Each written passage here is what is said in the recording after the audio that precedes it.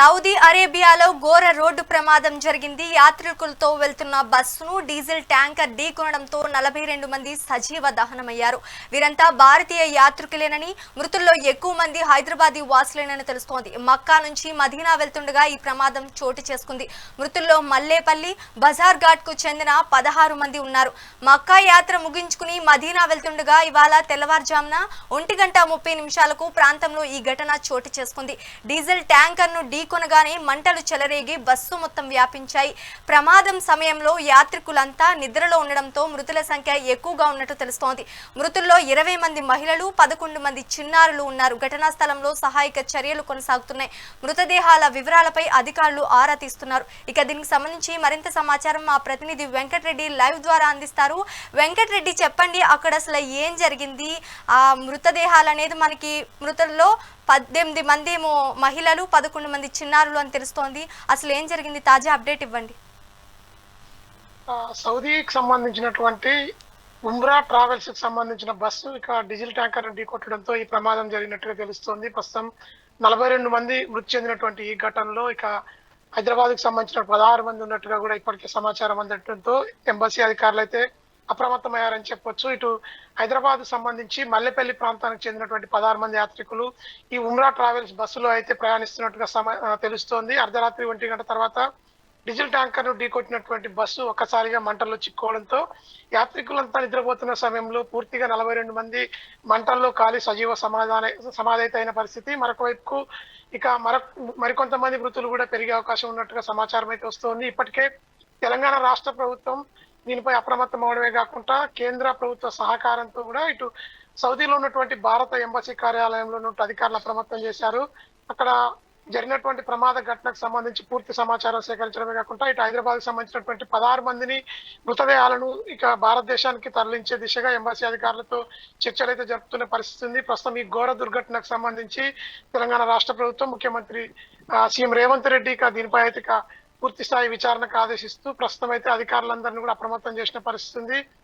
బాధిత కుటుంబాలందరినీ ఆదుకునే దిశగా చర్యలు చేపట్టేందుకు వైపుకు అధికార యంత్రాంగాన్ని సమాయత్తం చేస్తా ఉన్నారు. ప్రభుత్వ ప్రధాన సలహాదారు ఇక అదేవిధంగా ఇటు ఉన్నతాధికారుల సమావేశం నిర్వహించి కూడా ఇటు బస్సు ప్రమాద ఘటనకు సంబంధించి హైదరాబాద్ కు సంబంధించిన వ్యక్తులందరినీ కూడా వెంటనే భారత ప్రభుత్వ సహకారంతో ఎంబసీ అధికారులతో మాట్లాడి మృతదేహాలన్నింటినీ తరలించేందుకు వైపుకు సౌదీ ప్రభుత్వం కూడా చర్చలు జరుపుతున్న పరిస్థితి అయితే ఉంది.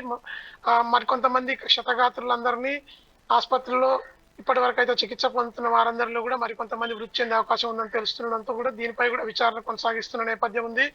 సౌదీకి సంబంధించినటువంటి ప్రభుత్వంతో అదేవిధంగా ఉన్నతాధికారులతో ఎప్పటికప్పుడు సమాచారం సేకరిస్తూ బాధిత కుటుంబీకులను ఓదార్చే దిశగా అయితే తెలంగాణ రాష్ట్ర ప్రభుత్వం చర్యలు చేపడుతుందని చెప్పొచ్చు. ఇక చనిపోయిన వారిలో 20 మంది వరకు మహిళలు, 11 మంది చిన్నారులు కూడా ఉన్నారు. మొత్తం 42 మంది మృతి చెందిన దుర్ఘటనకు సంబంధించి భారత ప్రభుత్వం కూడా ఎప్పటికప్పుడు సౌదీకి సంబంధించినటువంటి ఉన్నతాధికారులతో ఫోన్లో సంభాషిస్తూ కూడా అక్కడ ఎంబసీకి సంబంధించిన అధికారులతో సమావేశాలు నిర్వహిస్తూ సహాయక చర్యలు కొనసాగే విధంగా భారత ప్రభుత్వానికి సంబంధించినటువంటి అధికారులు ఎప్పటికప్పుడు అయితే చర్యలు చేపడుతున్న పరిస్థితి అయితే ఉంది.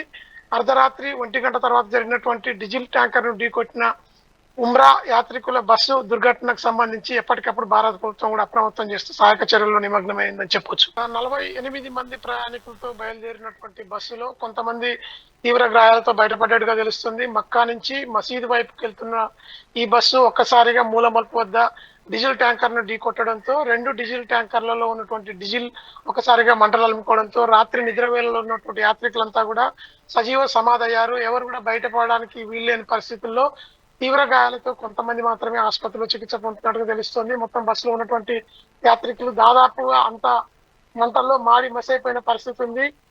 డ్రైవర్ నిర్లక్ష్యం కావచ్చు, అతివేగం కారణంగా మూలమలుపు వద్ద ఈ దుర్ఘటన జరిగినట్టుగా కూడా సమాచారం అయితే అందుతోంది. ఇక ఇప్పటికే భారత ప్రభుత్వంతో పాటు తెలంగాణ రాష్ట్రానికి సంబంధించి హైదరాబాద్ మల్లెపల్లి ప్రాంతంలో ఉన్నటువంటి 16 మంది యాత్రికుల మృతదేహాలన్నింటినీ కూడా సౌదీ నుంచి ఇటు భారత ప్రభుత్వ సహకారంతో హైదరాబాద్ తరలించేందుకు వైపు తెలంగాణ రాష్ట్ర ప్రభుత్వం చర్యలు చేపట్టింది. దీంట్లో భాగంగానే ఇటు సిఎస్ తో పాటు ఉన్నతాధికారులు, డీజీపీలకు కూడా ప్రత్యేకంగా ఇటు మార్గదర్శకాలు జారీ చేస్తూ ఈ ఘటనపై పూర్తి స్థాయి సమాచారాన్ని సేకరించడమే కాకుండా మృతదేహాలన్నింటినీ తెలంగాణలోని హైదరాబాద్ ప్రాంతానికి తరలించేందుకు వైపు అధికారులు అయితే చర్యలు చేపట్టిన పరిస్థితి అయితే ఉంది.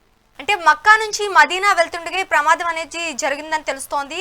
మల్లేపల్లి బజార్ ఘాట్కు చెందిన 16 మంది మృతి చెందారు. మరి దీనిపైన అసలు వాళ్ళు ఎక్కడి నుంచి వచ్చిన వాళ్ళు, హైదరాబాద్ వాసులని చెప్పుకోవచ్చా, లేకపోతే యాత్ర దగ్గరలో ఉన్న వాళ్ళని చెప్పుకోవచ్చు అంటారా?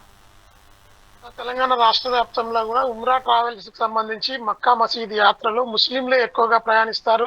చనిపోయిన కుటుంబాలన్నీ కూడా మైనార్టీ వర్గాలకు సంబంధించిన బాధితులుగానే చెప్తా ఉన్నారు. ఇక ఇప్పటికే గుర్తించిన వారిలో ఆ ఉమ్రా ట్రావెల్స్ కి సంబంధించి ఎవరెవరు ఇటు తెలంగాణ రాష్ట్రం నుంచి మక్కా మసీద్ యాత్రకు వెళ్ళారు, ఆ ఉమ్రా యాత్రలో చనిపోయినటువంటి బాధిత కుటుంబాలు ఎవరనే కోణంలో ఇప్పటికే సమాచారం సేకరించినటువంటి తెలంగాణ రాష్ట్ర ప్రభుత్వం వారికి అండగా నిలిచే ప్రయత్నం అయితే చేస్తుందని చెప్పొచ్చు. ప్రస్తుతం తెలంగాణ రాష్ట్రకు సంబంధించిన డీజీపీతో పాటు ఇటు సిఎస్ రామకృష్ణారావు, అదేవిధంగా ప్రత్యేక అధికారులను కూడా ఎంబసీ అధికారులతో కమ్యూనికేట్ చేస్తూ కూడా బాధిత కుటుంబాలకు భరోసా ఇచ్చే ప్రయత్నం అయితే చేస్తా ఉన్నారు. మృతదేహాలకు సంబంధించి సౌదీ ప్రభుత్వంతో మాట్లాడుతూ వారందరినీ కూడా భారత ప్రభుత్వ ఎంబసీ ఏదైతే సౌదీలో ఉందో వారితో కమ్యూనికేట్ చేసుకుంటూ మృతదేహాలన్నింటినీ కూడా తెలంగాణకు తరలించే ప్రయత్నం అయితే కొనసాగుతుందని చెప్పొచ్చు. ఇక దీంతో బాధిత కుటుంబాల్లో తీవ్ర విషాదాలు అయితే అలుముకున్నాయి. వారికి భరోసా కల్పిస్తూ అండగా ఉంటామని తెలంగాణ రాష్ట్ర ప్రభుత్వం చెప్తోంది. ముఖ్యమంత్రి ఇప్పటికే సెక్రటరియట్లు ప్రత్యేకంగా దీనిపై కమ్యూనికేట్ చేసేందుకు ఒక సెంటర్ కూడా ఏర్పాటు చేశారు. దీని ద్వారా బాధిత కుటుంబాలను గుర్తించడమే కాకుండా వారికి సహాయ సహకారాలు అందించేందుకు, మృతదేహాలను తెలంగాణకు తరలించేందుకు వైపుకు రాష్ట్ర ప్రభుత్వం ఏర్పాట్లు అయితే చేసిందని చెప్పొచ్చు. Right, thank you for the update Venkatareddy.